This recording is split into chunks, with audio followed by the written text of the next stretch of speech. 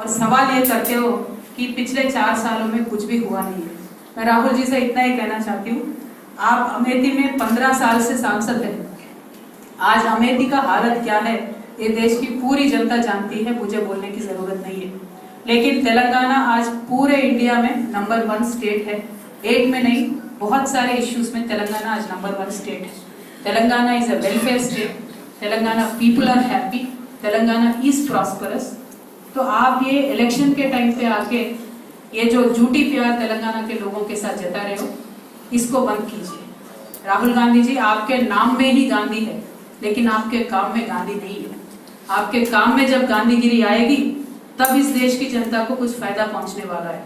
आप तेलंगाना में आके इतनी झूठे बातें बता के तेलंगाना के आवाम को, पर्टिकुलरली निजामाबाद कॉन्स्टिट्यूंसी में आके आपने इतनी सारी बातें कहे हैं, तो हमारे निजामाबाद के पब्लिक को सच क्या है झूठ क्या है बताने का रिस्पॉन्सिबिलिटी मेरे ऊपर है as a member of parliament. इसीलिए मैं आपसे ये सवाल कर रही हूँ। हमारे निजामाबाद में हल्दी किसान बहुत ज्यादा तादाद में है।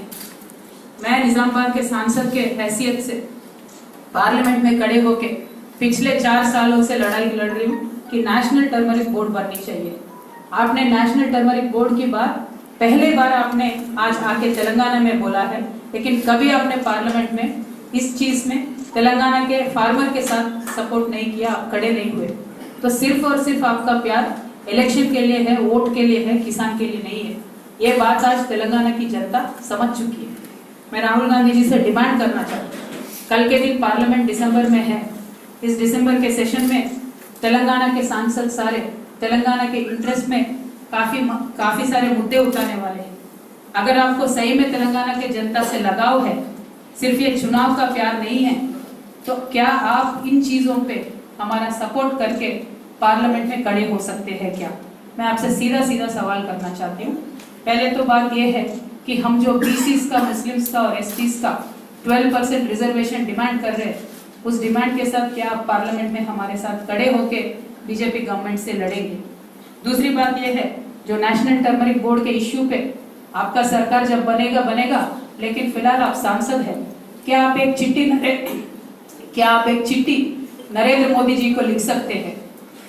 तीसरी बात यह है कि तेलंगाना में जो रीडिजाइन किया हुआ project which is the lifeline of Telangana, Kaleshwaram workers का इनकम टैक्स एग्जेम्पशन के लिए हम पिछले 4 सालों में कई मर्तबा सेंट्रल गवर्नमेंट से डिमांड किया है, लेकिन उनसे जवाब नहीं आया।